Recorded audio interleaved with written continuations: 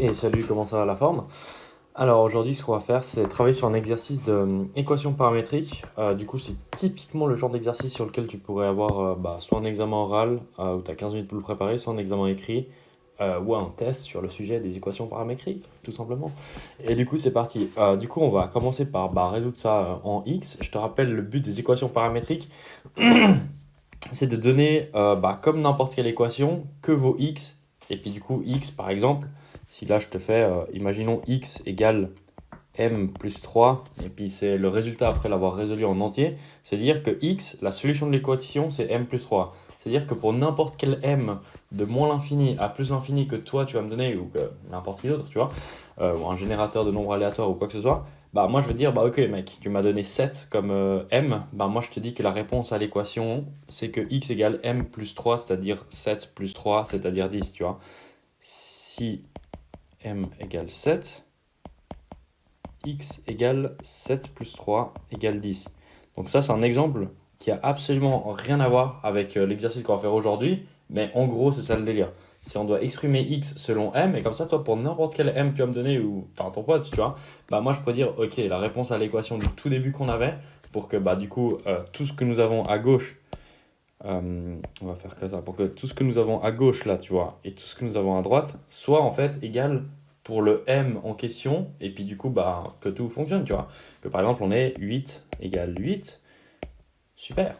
Enfin, ce genre de choses, tu vois. Mais du coup, une fois qu'on a remplacé m par la valeur de m et x par la valeur de x, enfin, tu comprends. Sûrement, tu es déjà un pro des équations paramétriques, mais c'est juste pour rappeler la base de qu'est-ce qu'on fait dans ce genre d'exercice. D'accord? Après, il peut y avoir des cas particuliers, et puis ces cas particuliers, c'est cool un peu de les investiguer, tu vois. Tu mets ton chapeau de détective un peu comme moi, tu vois, puis après, tu commences à te poser des questions sur qu'est-ce qui se passe dans des cas particuliers. Du coup, c'est parti. Du coup, comme dans tout un peu équation quelconque, ce qu'on va commencer par faire, c'est enfin, essayer de faire un petit peu d'ordre. Donc, on va commencer par développer et réduire. Donc, ici, m carré fois x, moins 36 fois x, moins m fois x, plus 9 égale 4mx plus 14x, enfin 4mx, hein, c'est la même chose que 4 fois m fois x, on soit d'accord, moins 2m moins 1. Donc là, j'ai rien fait de spécial, j'ai juste un petit peu développé. Et puis du coup, là, ce qu'on va commencer par faire, comme dans toute équation, on va mettre tous les x d'un côté. La quantité totale de x que nous avons, on veut la mettre d'un côté, et tout le reste, tu vois, on va le mettre à droite, par exemple. Donc là, qu'est-ce que j'ai qui a des x à droite? J'ai ça et j'ai ça. Fantastique. Du coup, je vais faire moins 4mx à droite et à gauche et moins 14x à droite et à gauche. Comme ça, j'aurai plus ces x à droite. C'est déjà la première étape.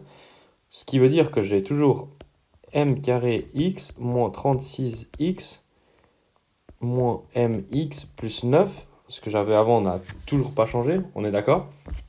Et maintenant, du coup, j'ai moins 4mx moins 14x égale moins 2m moins 1. Super. Et maintenant, qu'est-ce qu'on a à gauche que, en fait, c'est des nombres et que du coup, qui, comment dire, ne multiplient pas x et du coup, on veut les mettre à droite. Alors, m carré x, c'est des x, moins 36x, c'est des x, moins mx, c'est des x, 9, c'est pas des x, et le reste, c'est des x. Du coup, on va faire moins 9 à gauche et à droite. Que ça, on a toujours m carré x moins 36x moins mx moins 4mx moins 14x égale moins 2m moins 10. Super. Maintenant, ce qu'on va faire, c'est faire un petit peu d'ordre sur la gauche. À droite, ça va, c'est pas trop compliqué. Mais du coup, à gauche, on va essayer de comprendre quelle quantité de x est-ce que nous avons. Alors, vous êtes d'accord avec moi que on a m carré de fois x, moins 36 et moins 50. Ok. Donc ça fait moins 50 fois x. Et moins mx et moins 4mx en tout, ça fait moins 5m. Et tout ça fois x. Pourquoi? Je vous rappelle, là tout ce que j'ai fait c'était compter la quantité totale de x que j'avais. Donc j'avais m carré dans un premier temps qui multipliait x. Combien de fois m carré j'avais qui multipliait x? Une fois, du coup j'ai mis m carré en évidence. Enfin, du coup, on a mis x en évidence, mais en gros, la quantité totale de nombres positifs ou négatifs qui multiplient x, bah, d'un côté, on a moins 36 et d'un autre côté, on a moins 14. Du coup, au total, on a combien? On a moins 50 fois x. Et ensuite, quelle quantité de m degré 1 est-ce qu'on a qui multiplie x? Bah, d'une part, j'ai moins une fois mx, et d'autre part, j'ai moins 4 fois mx. Du coup, en tout, ça fait moins 5 fois mx. Du coup, je peux vous assurer que si ça, vous multipliez comme vous savez bien faire, vous allez obtenir la même chose qu'on avait juste avant. Mais du coup, ça vaut pas la peine parce que bah, vous pouvez me croire sur parole aussi, tu vois. Non. D'accord. Du coup, m carré moins 50 moins 5m, réellement, qu'est-ce que c'est? Du coup, soit vous êtes des snipers et du coup, vous remarquez ça, que bah, enfin, vous arrivez à, comment dire, mettre m carré moins 50 moins 5m à le factoriser, c'est-à-dire à mettre dans deux petites parenthèses plutôt qu'une grande parenthèse, soit vous allez utiliser la formule de résolution d'équation de degré 2. Mais du coup, si vous êtes vraiment fort, je vous rappelle, vous pouvez faire m moins 10 fois m plus 5. Pourquoi? Parce qu'en fait, ça saute aux yeux que ben, on a moins 50 comme nombre, c'est-à-dire que on aura ici un mec et ici un mec qui, en fait, quand ils se multiplient l'un et l'autre, donne moins 50. Du coup, on a deux options, soit moins 10 et 5, soit 10 et moins 5, soit par exemple 25 et 2. Sauf qu'on veut après que ces deux mecs-là, ensemble d'une manière ou d'une autre, quand on va les combiner, donc en les additionnant, ça donne moins 5. Vous êtes d'accord avec moi? Et du coup, on sait très bien que 25 et 2, ça va pas marcher, 51 non plus, et qu'il y a juste la possibilité 10 et 5. Parce qu'effectivement, m moins 10 fois m plus 5, ça fait bien m carré, moins 10m plus 5m moins 50. Et du coup, ces deux trucs-là, quand on les additionne, ça fait bien les moins 5m qu'on avait juste ici. Mais du coup, ça, c'est si vous avez l'œil de sniper. Et puis là, on va partir du principe qu'on l'a pas. Parce qu'on n'est pas en forme aujourd'hui, tu vois. Et du coup, comment est-ce qu'on va faire pour trouver une meilleure manière d'exprimer ce qui multiplie x? Bah, en fait, on va simplement utiliser notre chère formule de résolution d'équation de degré 2. Tu connais? Donc,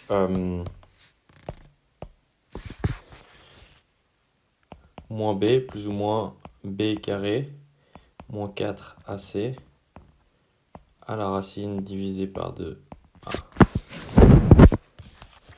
Donc je vous rappelle qu'ici, si on le réécrit un peu mieux, m carré moins 5m moins 50 fois x égale moins 2m moins 10. Est-ce qu'on est d'accord jusque là? Bah sûrement, ouais. Et du coup, moins b ça fait plus 5, moins b plus ou moins b carré ça fait 25.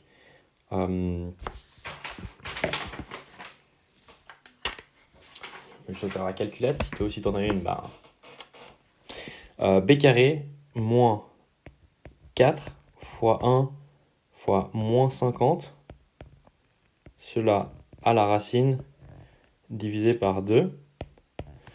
Et du coup, si on calcule uniquement ce qu'on a sous notre racine, donc 4 fois 1 fois 50, du coup, on voit bien que 25 moins un truc négatif, en fait, ça va devenir un truc positif. Du coup, on aura 25 plus 200. Et ça, quand on fait la racine, ça nous donne 15. Du coup, d'une part, on aura 5 plus 15 divisé par 2. Ça nous fait 10. Et puis d'autre part, on aura 5 moins 15 divisé par 2. Et puis ça, du coup, bah, ça nous donne moins 5. Donc maintenant, ce qu'on va faire, c'est du coup, bah, on a trouvé les solutions pour lesquelles, en fait, ce truc-là, m carré moins 5m moins 5, c'est les zéros de ce truc. De ce polynôme pour parler en bon. Non, et du coup, ce qui se passe, c'est qu'en fait,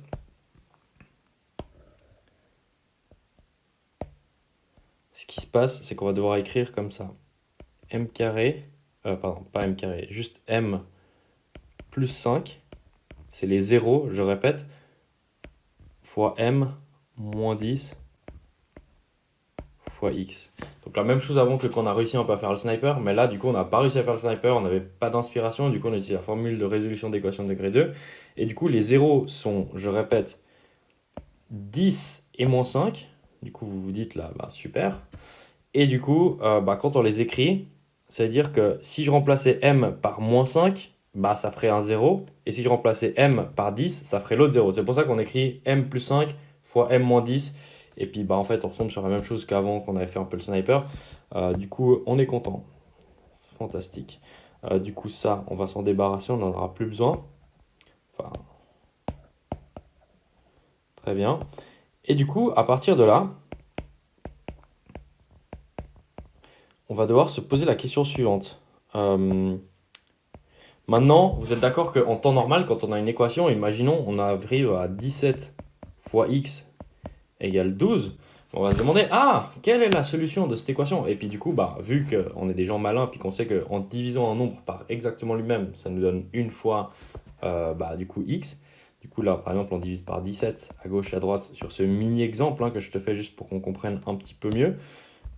Bah, en fait, ce qui se passe, c'est qu'on aura 17 sur 17, ça fait une seule fois x égale 12 sur 17. Vu qu'on a fait la même chose à gauche et à droite, ben maintenant on sait que si par hasard dans cette équation on remplaçait x par 12 17e, ben en fait on aurait 17 fois 12 17e égale 12 et du coup ben, l'égalité serait vraie et on serait content. Du coup maintenant, cette dernière étape qu'on va faire ici, tu es d'accord avec moi que normalement on va diviser par ces deux trucs là, donc par m plus 5 et par m-10, et du coup on aura x égale machin machin. On est d'accord? Oui, on l'est, et du coup voilà. Mais il faut quand même se poser quelques questions, parce que je te rappelle que dans les maths, on n'a pas le droit de diviser par zéro. C'est genre une des règles un peu d'or, tu vois. Et du coup, bah, ce qui se passe, c'est que normalement, ce qu'on ferait, c'est qu'on mettrait, ok, on divise par m plus 5 fois m moins 10. Et pour toutes les valeurs de moins l'infini à plus l'infini pour m, à part m égale 5 et m égale 10, bah, on aurait raison, parce qu'en fait, moins 2m moins 10 divisé par m plus 5 fois m moins 10, bah, là, on aurait donné la solution de l'équation. C'est-à-dire que l'équation du tout début qu'on avait, si par hasard on remplaçait x par cette valeur, donc toi tu me dis, vas-y, m, aujourd'hui je te dis qu'il vaut 0, bah du coup ça ferait bah, moins 10 divisé par 5 fois moins 10, ça ferait un nombre, on peut le calculer si vraiment on a que ça à faire dans notre vie, mais là c'est pas la vraie, enfin on peut le faire à la calculette et tout ça, mais c'est pas la chose la plus marrante et utile à faire maintenant. Là ce qu'il faut faire c'est se poser comme question, ok, j'ai trouvé la solution à cette équation si x en fait bah, ne vaut pas, si m égale pas 5 et m égale pas 10.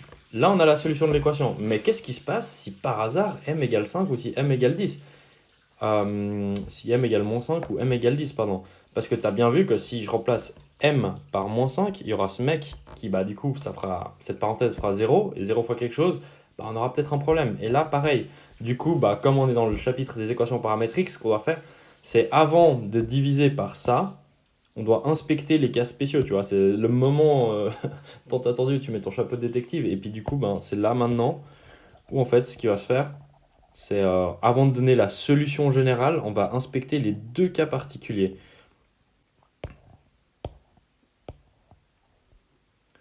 Du coup, super. Du coup, on va commencer par si m égale moins 5, qu'est-ce qui se passe? Donc si m égale moins 5, tu es d'accord avec moi que du coup, on a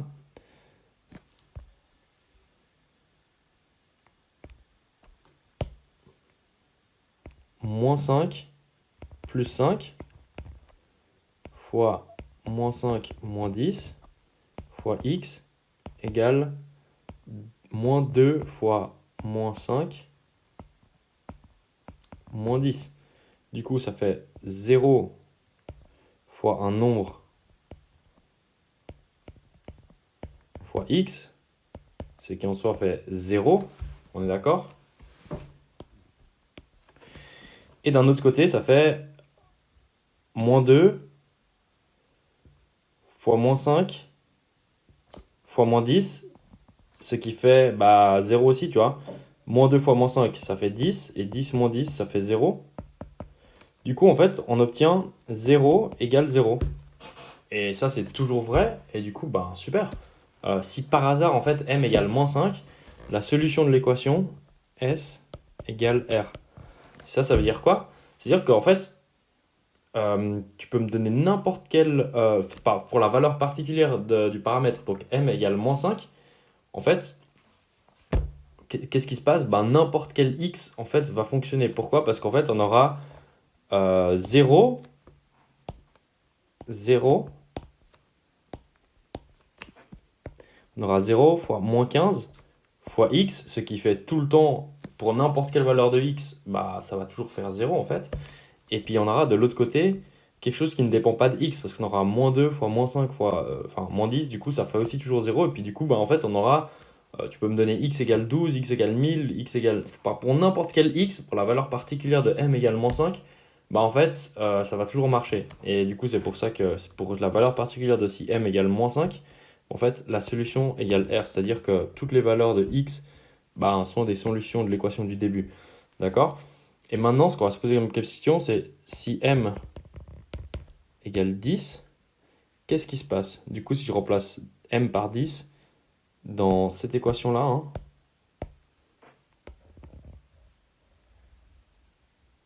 dans l'équation qui est un petit peu légèrement résolue, tu vois. Donc si m égale 10, qu'est-ce qui se passe? On a 10 plus 5 fois 0 fois x égale moins 2 fois 10 moins 10. Et du coup, tu vois bien qu'on a 0 fois x fois un nombre, donc ça fait 0 fois x et ça fait surtout 0. Et à droite, on a moins 2 fois 10, ça fait moins 20. Pardon, moins 20, moins 10, je me suis un peu emballé. Et du coup, ça fait 0 égale moins 30, ce qui n'est pas égal. Donc là, en fait, c'était est-ce que par hasard c'est égal? Et puis en fait, ça ne l'est pas du tout, tu vois. Genre, tellement c'est pas égalité, je vais même mettre en rouge, tu vois, pour qu'on s'en souvienne. Et ça, qu'est-ce que ça veut dire? C'est-à-dire que pour la valeur particulière de m égale 10, bah, en fait, la solution de cette équation, bah, il n'y a pas vraiment, tu vois. Malheureusement, on va mettre ensemble le vide. Du coup, c'est ça qui se passe. Fantastique. Donc là, on a investigué les cas particuliers et on peut être assez content, tu vois. C'est cool. Mais maintenant, la vraie question, c'est bah, pour tous les autres cas, donc c'est-à-dire pour toutes les autres valeurs de m. Genre maintenant, on a un peu investigué les valeurs particulières de m égale moins 5 et de m égale 10. On sait ce qui se passe pour ces valeurs-là. Mais maintenant, si m égale pas moins 5 ou m égale pas 10, qu'est-ce qui se passe? On va même mettre et, ça on est sûr quoi. Bah là du coup, comme on avait fait avant, en fait, on va diviser par m plus 5. Tu te rappelles quand je t'avais dit que quand dans une équation normale on a 17 fois x égale 12 et nous on voudrait savoir pour quelle valeur de x est-ce que cette équation est vérifiée, on va multiplier le nombre ou la quantité qui multiplie la quantité, enfin, on va pardon, diviser des deux côtés ce qui multiplie x pour que ensuite on puisse savoir ce que un seul x vaut ou devrait valoir pour que l'équation soit vérifiée. Et là, c'est exactement ce qu'on fait. On a m plus 5, m, faut pas avoir peur, bah, c'est quelque chose que pour l'instant on sait pas, mais que plus tard, ou quand un mec viendra vers nous, il dira ouais, bah, m, aujourd'hui m égale 2, bah, toi tu diras ok, donc 7 fois machin, c'est la quantité qui multiplie x, etc., etc. Mais bref, du coup, on va diviser à droite à gauche par m plus 5 et m moins 10, ce qui fait qu'on obtient on a toujours moins de m moins 10 divisé par m plus 5 fois m moins 10. D'accord? Et puis là, en fait, ce qu'il faut se poser comme question, c'est est-ce que par hasard, il y a un truc qui se simplifie un tout petit peu, oui ou non? Et en fait, on peut remarquer que la partie du haut de l'équation, si on voulait vraiment, on pourrait l'écrire m plus 5. Donc c'est pas un peu un coup de magie, hein, c'est juste que vu qu'en bas on a m plus 5 et m moins 10, je me suis posé la question, est-ce que par hasard on pourrait mettre en évidence m moins 10? Visiblement non, parce qu'on a 2m moins 10, du coup ça matcherait pas. Mais si on avait 2m moins 20, ah ben peut-être, tu vois. Mais là du coup, ben, il faut se poser la question, est-ce que bah, peut-être je peux mettre m plus 5 en évidence en haut? Et tu vois bien que si je multiplie ça par moins 2, bah en fait, moins 2 fois m, moins 2 fois 5, ah bah ça fait ce que j'avais avant, super. Et du coup, peut être relativement content, mais pas trop non plus, hein. Non, et puis du coup, en fait, ça fait moins 2 divisé par m moins 10. Fantastique. Donc, pour résumer la situation,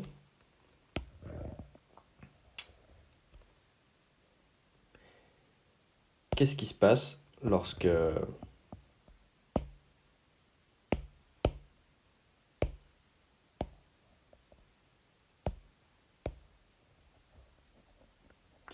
qu'est-ce qui se passe dans cet exercice au final? Qu'est-ce que nous obtenons?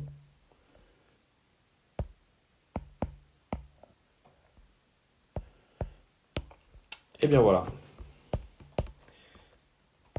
Ouais, je vais quand même te le mettre en couleur pour que ce soit joli, tu vois. Alors, pour résumer, la solution de l'équation, c'est x égale moins 2 divisé par m moins 10. Donc ça, c'est le cas général. Par contre, ça, c'est pour toutes les valeurs de m, sauf m égale moins 5 et sauf m égale 10. Et puis si m égale moins 5, il se passe ça. Et si m égale 10, il se passe ça. Du coup, on va mettre, par exemple, une manière de l'écrire, c'est solution si m égale 10, S égale ensemble vide. Si m égale moins 5, S égale R. Et si m égale pas moins 5 et m égale pas 10, S égale moins 2 divisé par m moins 10. Puis ça, c'est une manière possible d'écrire du coup notre résultat final. Et puis du coup, voilà.